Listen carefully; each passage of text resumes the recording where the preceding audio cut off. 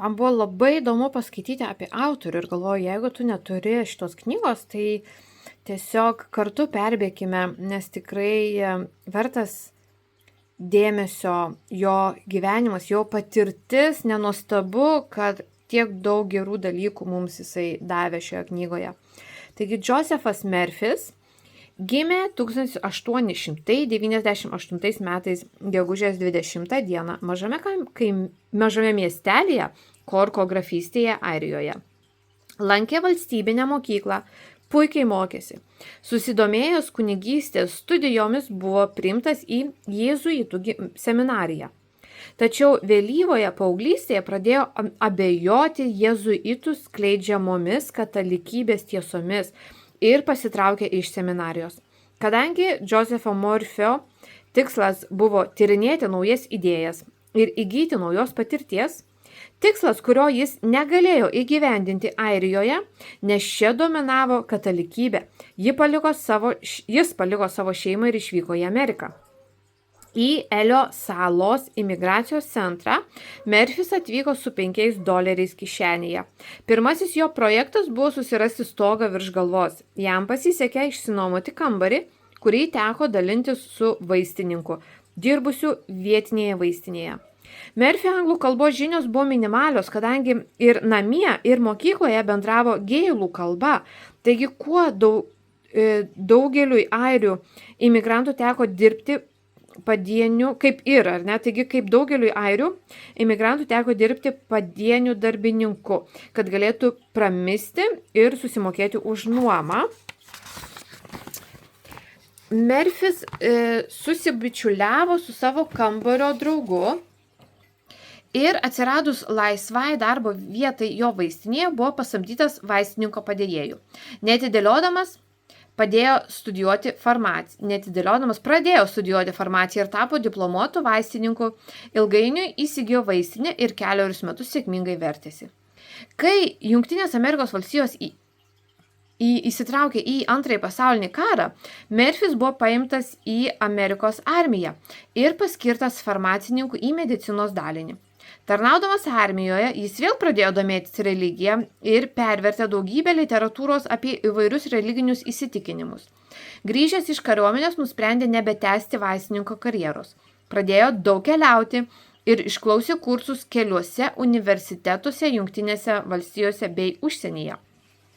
Studijuodamas susižavėjo įvairiomis Azijos religijomis ir nukeliavo į Indiją, iš esmės jomis pasidomėti. Jis išplėtė savo studijas iki didžiųjų filosofų nuo seniausių laikų iki dabar. Žmogus padaręs didžiausią įtaką Murphy buvo Thomas Trovardas, teisėjas, filosofas, daktaras ir profesorius. Teisėjas Trovardas tapo Josepho mokytoju. Jis perteikė filosofijos, teologijos ir teisės žinias, be to supažindino su misticizmu, o ypač masonų ordino veikla. Murphys tapo aktyviu šio organo nariu ir per kelerius metus pakilo iki 32 rango pagal Škotijos sistemą. Grįžęs į Jungtinės valstijas, Murphys pasirinko dvasininko kelią. Kadangi jo krikščionybės supratimas nebuvo tradicinis, o iš tikrųjų netgi prieštaravo daugumai krikščionybės dogmų, jis įkūrė savo bažnyčią Los Andžele. Subūrė mažą būrelį parapijiečių, bet greitai optimizmo ir vilties kupini pamokslai pritraukė daugiau vyrų ir moterų į bažnyčią. Murphys buvo naujojo mąstymo judėjimo šalininkas. Šis judėjimas mokė, kad mūsų gyvenimas ir mąstymas turi būti vertinami metafiziniu, dvasiniu ir pragmatiniu požiūriu, idant būtų atskleista paslaptis. Kaip gauti tai, ko iš tikrųjų trokštame. Visą tai galima daryti tik atradus ir supratus dėsnius, kuriuos Dievas užminė praeities mįslėse.